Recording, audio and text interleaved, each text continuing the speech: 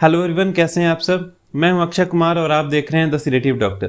तो इस वीडियो का थंबनेल और टाइटल देखकर आप पहले ही समझ गए होंगे कि आज हमारा किस टॉपिक पर डिस्कशन होने जा रहा है। काफ़ी लंबे समय से बहुत सारे वीडियोस पर मैंने कमेंट देखा और बहुत सारे मैसेजेस भी मुझे आए कि सर LVH विथ LVDD ये क्या चीज़ है, इसके बारे में बताने को, यानी कि left ventricular hypertrophy with left ventricular diastolic dysfunction क्या होता है। अभी रिसेंट भी हमारे एक वीडियो पे कमेंट आया था, तो इसलिए मैंने सोचा कि इस पर डिस्कशन करते हैं।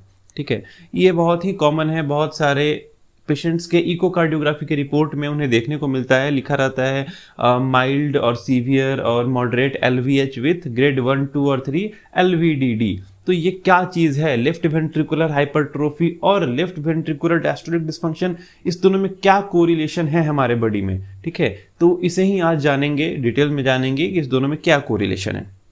क्लियर। तो पहले दोनों को एक एक करके समझते हैं क्या है, उसके बाद फिर दोनों में रिलेशन हम लोग इस्टेब्लिश करेंगे।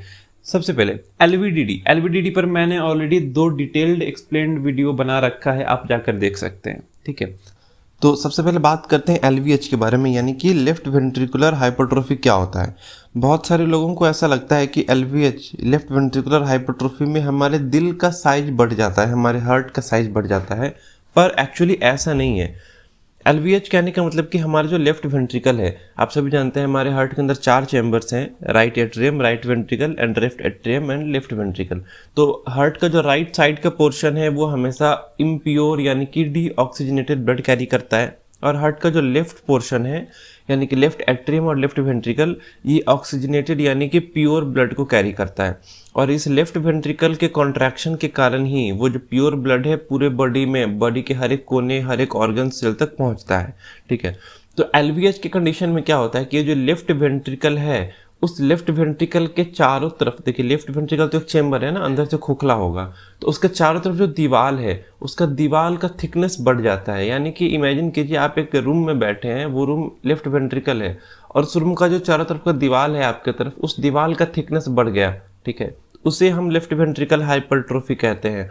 और इस कंडीशन में जो लेफ्ट वेंट्रिकल का चेम्बर का साइज है वो साइज घट जाता है, वो साइज डिक्रीज हो जाता है। क्यों डिक्रीज हो जाता है? क्योंकि लेफ्ट वेंट्रिकल के जो मसल का वॉल है उस मसल के वॉल में थिकनिंग हो जाता है, उस मसल का वॉल मोटा होने लगता है, जिसके कारण लेफ्ट वेंट्रिकल चैम्बर का साइज छोटा हो जाता है। अब इससे प्रॉब्लम क्या क्या आएगा? सबसे पहला बात कि एक नॉर्मल कंडीशन में लेफ्ट वेंट्रिकल को जितना ब्लड चाहिए था स्टोर करता था और वो जितना ब्लड पंप करता था वो हमारे बॉडी के लिए सफिशिएंट था। पर अभी यहाँ पे क्या हो रहा है ना कि लेफ्ट वेंट्रिकल का वॉल मोटा हो रहा है, उसके कारण लेफ्ट वेंट्रिकल का चेम्बर छोटा होते जा रहा है। तो चेम्बर छोटा होगा तो ब्लड का क्वांटिटी भी कम वहाँ पे स्टोर होगा, ब्लड का क्वांटिटी कम स्टोर होगा तो फिर ब्लड कम डिस्ट्रीब्यूट होगा हमारे बॉडी के अंदर। ठीक है, तो ब्लड फ्लो डिक्रीज हो जाएगा। क्लियर, ये हमारा बेसिक लेफ्ट वेंट्रिकल हाइपरट्रोफी है। लेफ्ट वेंट्रिकल के जो वॉल है उसके थिकनेस के बारे में अगर बात करें तो जनरल कंडीशन में 12 mm से कम होता है थिकनेस।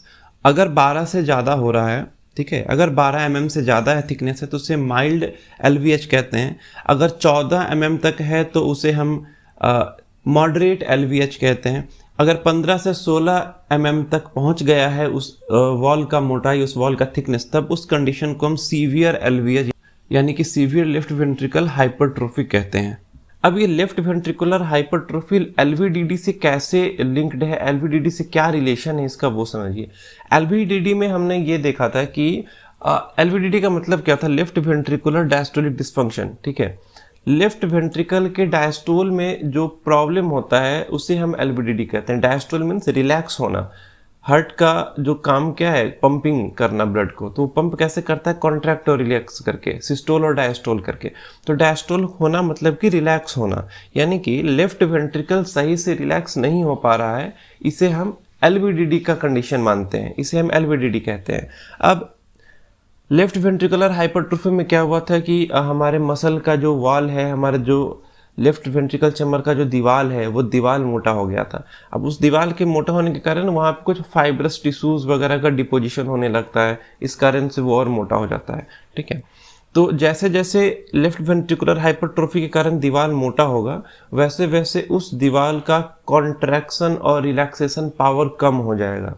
ध्यान से समझिए, जैसे जैसे लेफ्ट वेंट्रिकल के जो दीवार है, जो मस्कुलर वॉल है, उस मस्कुलर वॉल का थिकनेस बढ़ेगा, वैसे वैसे उस मस्कुलर वॉल का इलास्टिसिटी लॉस होगा। इलास्टिसिटी मतलब वो सही से कॉन्ट्रैक्ट या फिर सही से रिलैक्स नहीं कर पाएगा।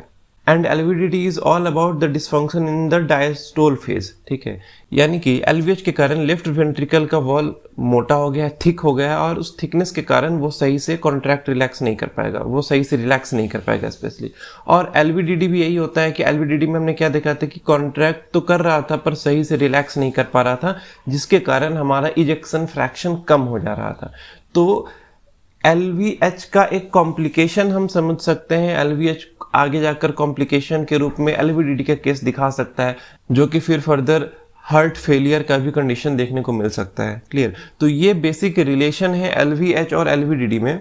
एलवीएच के कारण हमारे हार्ट का जो लेफ्ट वेंट्रिकल है उसका वॉल थिक होता है, वॉल थिक होने के कारण उसका इलास्टिसिटी लॉस हो जाता है, और इलास्टिसिटी लॉस होने के कारण वो सही से डायस्टोल यानी कि सही से रिलैक्स नहीं कर पाता है, और जब सही से वो रिलैक्स नहीं कर पाएगा तो वो एलवीडीडी का केस बन जाता है, लेफ्ट वेंट्रिकुलर डायस्टोलिक डिसफंक्शन का केस बन जाता है। क्लियर। अब अगर बात समझे कि एलवीएच होता क्यों है, लेफ्ट वेंट्रिकुलर हाइपरट्रोफी क्यों होता है, तो इसका सबसे बड़ा रीजन है high blood pressure for a long time. अगर काफी लंबे समय तक हाई ब्लड प्रेशर किसी पेशेंट को रह रहा है, परसिस्ट कर रहा है, तो उस कंडीशन में जो हाइपरट्रोफी का केस देखने को मिल सकता है, और देन फिर उसके कारण एलवीडीडी भी देखने को मिल सकता है।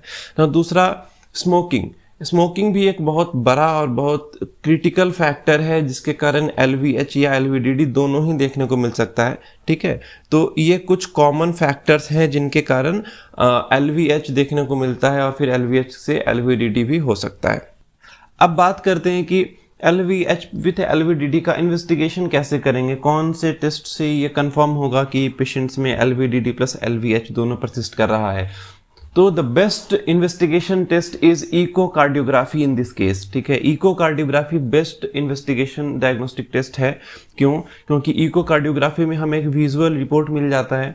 We can see the thickness of each and every wall of the heart, we can see the diameter of each and every chamber of the heart, कितना ब्लड फिल हो रहा है हर एक चैम्बर में, कितना इजेक्शन फ्रैक्शन है, जो भी वेंट्रिकल्स है लेफ्ट वेंट्रिकल ही है तो वो कितना ब्लड पंप कर रहा है, वो हर एक चीज का डेटा हमें मिल जाता है, हर एक चीज हम देख सकते हैं।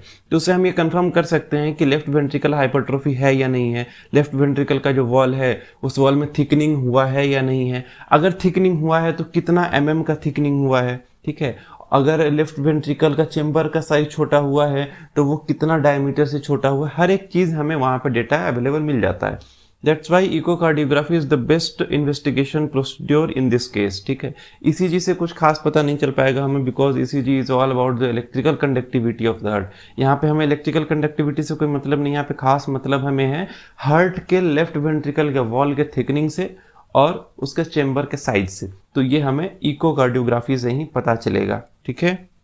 तो ये हमारा डिस्कशन हुआ left ventricular diastolic dysfunction with left ventricular hypertrophy के बारे में, ठीक है। अगर सीरियसनेस के बारे में बात करें, ठीक है, तो वो डिपेंड करता है कि एलवीएच किस ग्रेड का है, एलवीएच माइल्ड है, मॉडरेट है, सीवियर है, और उसके कारण जो एलवीडीडी हुआ है वो किस ग्रेड का है। जनरली ग्रेड 1 एलवीडीडी में कुछ टेंशन लेने वाली बात नहीं होती है, पर ग्रेड 2 और ग्रेड 3 में जाने के बाद थोड़ा सचेत रहना पड़ता है, थोड़ा ट्रीटमेंट सही से कराना पड़ता है। एंड एलवीएच के बारे में, एलवीएच अगर माइल्ड एलवीएच है तो हम बीपी को कंट्रोल कर सकते हैं, बीपी को कंट्रोल करके उसे रिवर्स कर सकते हैं।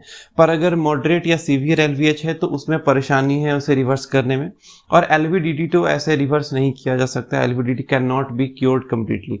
एलवीएच अगर माइल्ड एलवीएच है तो उसे हम बीपी को कंट्रोल करके, वेट को कंट्रोल करके, कुछ प्रिकॉशंस लेके, जैसे कि स्मोकिंग नहीं करना, ठीक है, पॉल्यूशन से बचकर रहना, इन सारे कुछ प्रिकॉशन से एलवीएच को हम कंट्रोल कर सकते हैं। माइल्ड एलवीएच हो तब, पर मॉडरेट टू सीवियर एलवीएच हो तो उसे भी कंट्रोल इतना जल्दी नहीं किया जा सकता है। मेडिसिन पर पेशेंट को रहना पड़ता है, सिम्टम्स को कंट्रोल करते हैं, और जो भी अकॉर्डिंग टू सिम्टम्स हम मेडिसिन उसमें चलाते हैं। क्लियर। तो ये हुआ डिस्कशन हमारा एलवीएच प्लस एलवीडीडी के बारे में। अगर इसमें अभी भी कोई भी डाउट्स हैं आपको तो आप कमेंट सेक्शन में पूछिए, या फिर हमें इंस्टा पर हमें डीएम कीजिए। इंस्टा का जो यूजर नेम है आपके स्क्रीन पर पॉपअप हो रहा होगा, और मैं डिस्क्रिप्शन में भी डाल दूंगा। इसके पहले भी मैंने कुछ वीडियोस बना रखे हैं हार्ट पर, एलवीडीटी पर मैंने 2 वीडियोस बना रखे हैं, फिर हार्ट अटैक पर है। उन सारे वीडियोस का लिंक मैं डिस्क्रिप्शन में दे दूंगा, अगर आप देखना चाहते हैं तो देख सकते हैं। ठीक है, अगर कोई टॉपिक आप चाहते हैं जिस पर मैं डिस्कस करूं तो आप वो भी बताइए मुझे। I will try my best कि मैं उस पर भी वीडियो बनाऊंगा अच्छे से। तो मिलते हैं अगले वीडियो में किसी एक नए टॉपिक के साथ। तब तक के लिए keep learning and be safe.